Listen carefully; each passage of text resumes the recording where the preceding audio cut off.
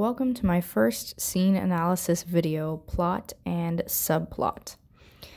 In this video, I will be discussing the plot and subplots of Tim Burton's movie, Charlie and the Chocolate Factory. The movie centers around a young boy named Charlie Bucket, who lives in a shack with his parents and grandparents. His family is very poor, his dad having just been replaced at his job by a machine, and they can barely afford to eat every night. One day, a man named Willy Wonka, who runs a well-known chocolate factory, announces that he is having a contest. His factory has been closed to the public for many years, but anyone who finds a golden ticket in one of his chocolate bars wins a tour of the facility. Charlie's grandfather, who used to work for Wonka, tells Charlie stories from when the factory was open to the public and Wonka was well known. Charlie and his family follow the contest closely, but Charlie only gets one chocolate bar a year for his birthday.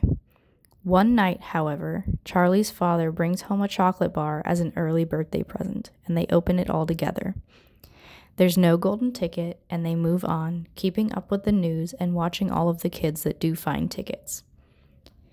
These kids are all undeserving and spoiled. There's a boy named Augustus who eats so much chocolate it would almost be impossible for him not to find a ticket.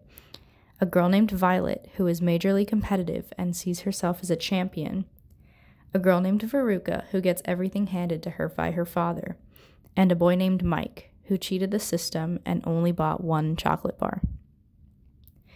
One day, Charlie is walking on the street and sees some money in the snow. He goes to a store and buys a chocolate bar, finding a golden ticket inside. He runs home excited and decides to take his grandpa with him on the tour. The next morning, all of the kids and their parents arrive at the factory and are greeted by the eccentric Willy Wonka. He starts the tour and they meet Oompa Loompas and observe all of the strange ways that Willy Wonka makes his candy. The children and their parents remind Wonka of his own relationship with his father, which isn't good, as his father is a dentist and they haven't talked for many years. As the tour goes on, the children all show their true colors. Augustus falls into a river of chocolate, getting sucked up by a machine. Veruca doesn't take no for an answer and tries to take a squirrel from the nut room, and she and her father are thrown down a trash chute. Violet is too competitive for her own good and gets turned into a blueberry after eating gum that Willy Wonka says isn't ready. Mike doesn't follow Willy Wonka's advice and gets shrunken after being transported into a TV. Finally, Charlie is the last child on the tour. Willy Wonka informs him that this means that he has won, and takes him back to his home to explain the prize. He says that he has been growing old and needs someone to hand the factory to after he retires. He says that the factory is Charlie's as long as he doesn't bring his family along.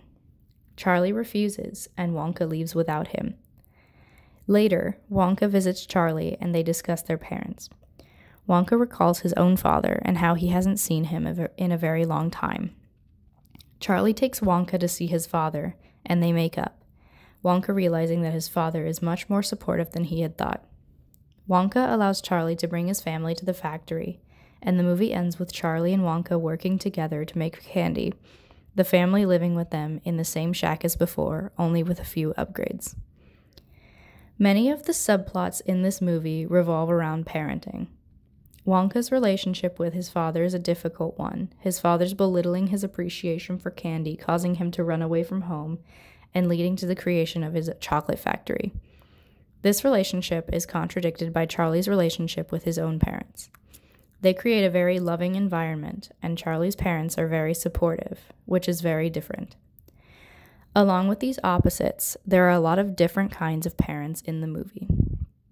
Veruca's father and Violet's mother enabling their children to behave the way they do, along with Mike's father's absent discipline, as well as Augustus's mother's coddling him, serve to show Wonka that his father may not have been as bad as he thought. As he sees what bad parenting can truly do, Wonka accepts that he should go see his father, and this leads to the eventual reconciliation between the two.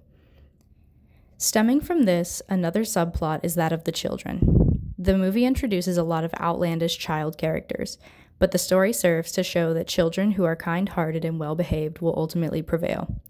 The spoiled, undeserving children fall short in the face of Wonka's tests, but Charlie is victorious because he is respectful and curious. While the relationship between Wonka and his father is a difficult one to watch, this history is important to Wonka's character. Without his unsupportive father, Wonka may never have been able to create his own chocolate factory. If this had happened, he wouldn't have had the contest, and Charlie wouldn't have ended the movie in possession of the business. This also means, however, that the other children may have continued to live their lives without the experiences that they endured, and maybe they would have rathered it that way. But that's neither here nor there. Thanks for watching.